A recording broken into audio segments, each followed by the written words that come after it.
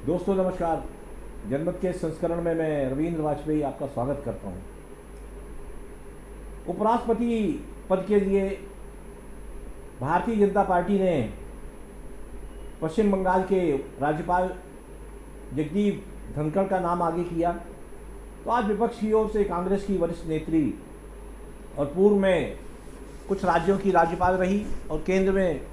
मंत्री पद का दायित्व संभाल चुकी मार्गरेट अल्वा का नाम जो है वो सामने आ गया। हम सभी जानते हैं कि राष्ट्रपति चुनाव में एनडीए के पास प्रारंभिक स्थिति में कुछ मतों की कमी थी और उसी आधार पर विपक्ष ने इस बात का प्रयास किया कि वो अपनी एकता के बल पर यदि राष्ट्रपति अपना चुनवा सके तो फिर वो मोदी सरकार की नाक में नकेल डालने में कामयाब हो जाएगा। किंतु बीजू जनता दल और वाईएसआर कांग्रेस के समर्थन के कारण से वह बहुमत का टोटा तो दूर हो गया और उसके बाद हमने सबने देखा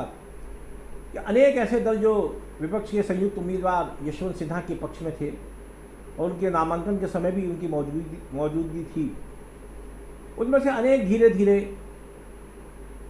एनडीए उम्मीदवार द्रौपदी मुर्मू के समर्थन में आ गए और इस तरह से श्रीमती मुर्मू की विजय जो है वो सुनिश्चित हो गई।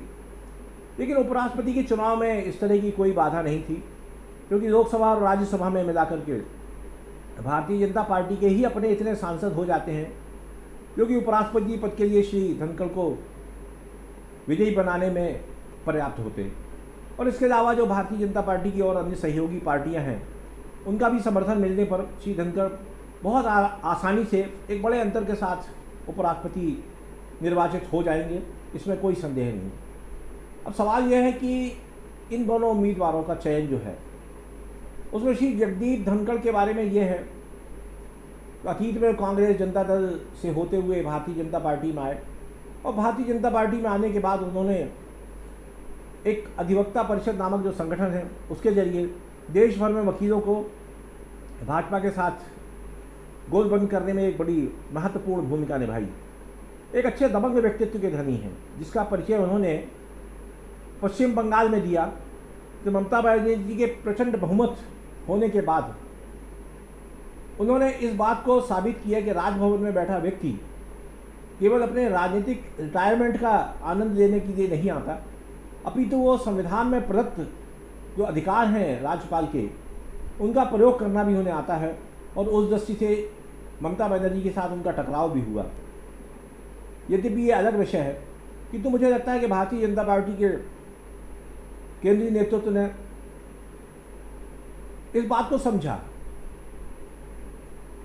कि जी धनखड़ का जो विधि संबंधी ज्ञान है, जो राजनीतिक अनुभव है, और उससे भी बड़ी बात यह है कि विपरीत परिस्थितियों में डटे रहने का जो उनका एक हौसला है, स्वभाव है,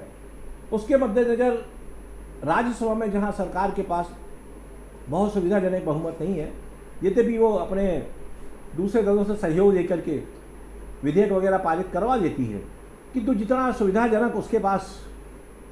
माहौल लोकसभा में होता है उतना राज्यसभा में चूंकि नहीं है, इसलिए जो पीठासीन अधिकारी है, और हम सभी जानते हैं कि उपराष्ट्रपति जो है वो राज्यसभा के सभापति भी होते हैं, और इसलिए श्री जगदीप धनखड़ को उपराष्ट्रपति बनाने के पीछे भारतीय जनता पार्टी की सोच ये है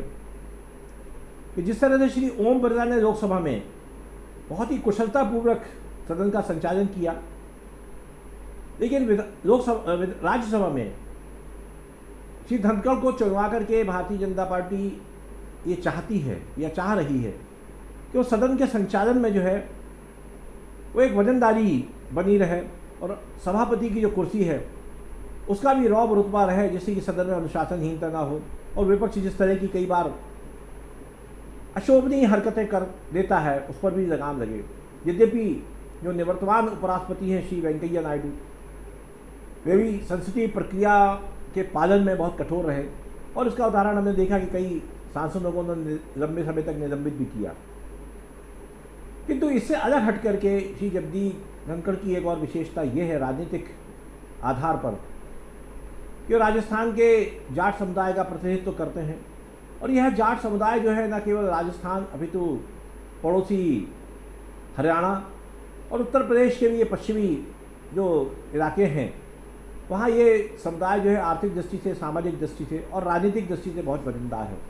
और इसका उदाहरण भी हमने किसान आंदोलन के दौरान देखा, जब राकेश टिकैत के नेतृत्व में बहुत बड़ी संख्या में पश्चिमी उत्तर प्रदेश, राजस्थान, हरियाणा के जाट समुदाय से सैकड़ों हजारों लोग आए, वहाँ महीनों धरना दिए पड़े रहे। भारतीय जनता पार्टी को इस बात का भय बना रहा कि संभवतः उत्तर प्रदेश के चुनाव में ये जाट फैक्टर है, ये उसे नुकसान पहुंचाएगा। और ये भी कहा जाता है कि प्रधानमंत्री ने जो कृषि कानून वापस लिए, उसके पीछे भी ये जाट मतों का भारतीय जनता पार्टी से छिटकने का जो एक खतरा था, उसके मद्देनजर प्रधानमंत्री को अपने कदम पीछे खींचना पड़े। लेकिन जब उत्तर प्रदेश के चुनाव संपन्न हुए तो उनसे ये बात आई कि ठीक है, थोड़ा नुकसान भारतीय जनता पार्टी को समाजवादी पार्टी और जयंत चौधरी के गठबंधन के कारण हुआ, लेकिन फिर भी वो जाट बहुल एरिया में, क्षेत्रों में अपनी साख को बचाए रखने में कामयाब हो गई। किंतु अभी अभी जो मेघालय के राज्यपाल हैं सतपाल मलिक, वो बीते कुछ दिनों से एक टेढ़े टेढ़े चल रहे हैं। किसान आंदोलन के दौरान भी उन्होंने प्रधानमंत्री और केंद्र सरकार के खिलाफ काफ़ी कुछ बयानबाजी की। उनकी अपनी नाराज़गियाँ हैं जिनकी चर्चा अतीत में मैं कर चुका हूँ। अभी उन्होंने एक संकेत दिया कि वो शीघ्र ही राज्यपाल पद से रिटायर होने वाले हैं और उसके बाद वे राजनीति नहीं करेंगे, चुनाव नहीं लड़ेंगे, अभी तो किसानों के लिए और अन्य क्षेत्रों में उनके लिए संघर्ष करेंगे, पुस्तकें लिखेंगे और बहुत सारे अपने ऐसे अनुभव जो राजनीति के दौरान आए हैं उनको साझा करेंगे। यद्यपि ऐसा कहते हुए भी उनके तेवर इस बात का संकेत दे रहे थे कि राज्यपाल पद की जो संवैधानिक गरिमा है, उसके बावजूद भी अभी जो इतना बोल जाते हैं, तो फिर जब उस पद से वो निवृत्त हो जाएंगे तो निश्चित रूप से कुछ ना कुछ वो ऐसा कहते रहेंगे जिससे कि भारतीय जनता पार्टी और केंद्र सरकार जो है उसके लिए कुछ ना कुछ मुसीबत पैदा होती रहे। तो भारतीय जनता पार्टी ने उसे देखते हुए संभवतः जगदीप धनखड़ के रूप में एक कद्दावर, ताकतवर जाट नेता को उपराष्ट्रपति बनाने का फैसला कर दिया। इसका निश्चित रूप से एक भावनात्मक असर होगा, जैसा कि हमने श्रीमती मुर्मू के बारे में देखा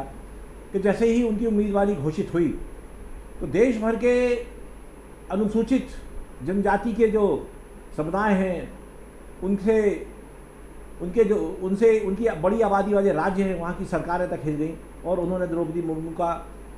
राजनीतिक विरोध के बावजूद भी समर्थन करने का फैसला किया। तो निश्चित रूप से अगले वर्ष में राजस्थान में चुनाव होने वाले हैं और ये देखते हुए भारतीय जनता पार्टी ने उपराष्ट्रपति पद के लिए श्री धनखड़ का नाम आगे करके एक बहुत दूरगामी राजनीति का परिचय दिया है। किंतु जहाँ तक कांग्रेस की प्रत्याशी श्रीमती अल्वा का सवाल है, तो मुझे ये समझ में नहीं आ रहा कि उनके चयन के पीछे मकसद क्या है। कांग्रेस या अन्य विपक्षी दल यदि चाहते तो किसी ऐसे व्यक्ति को आगे कर सकते थे जो भविष्य की राजनीति भी करता रहता है। आज विपक्ष में बैठे व्यक्ति जो है, उनके सामने हमेशा एक उद्देश्य ये होना चाहिए कि वो अपने भविष्य के नेताओं को गढ़ें। आज कांग्रेस के सामने एक सबसे बड़ी दिक्कत ये है कि कांग्रेस में श्रीमती सोनिया गांधी और श्री राहुल गांधी के अलावा आज भविष्य का कोई नेता नहीं दिखता। तो ऐसे चुनावों के माध्यम से राजनीतिक दल यदि चाहें तो एक नए चेहरों को, कुछ नए प्रतिभावान नेताओं को सामने ला करके इस बात का संकेत दे सकते हैं, इस बात का आश्वासन दे सकते हैं कि अभी हमारे पास नेताओं की दूसरी पीढ़ी है और ऐसे नेता हैं जो शासन के विभिन्न पदों पर, प्रशासन के विभिन्न दायित्वों का निर्वहन अत्यंत कुशलतापूर्वक कर सकते हैं। किंतु मुझे लगता है जिस तरह राष्ट्रपति के चुनाव में विपक्ष के प्रत्याशी का मजाक उड़ रहा है, उसी तरह से श्रीमती मार्गरेट अल्वा जैसी एक नेत्री को, जो कि राजनीतिक परिदृश्य से करीब करीब बाहर हो चुकी हैं, उनको इस तरह से जाकर के एक महत्वपूर्ण संवैधानिक पद के लिए उतारना जो है, ये कहीं ना कहीं विपक्ष के दिवालियेपन को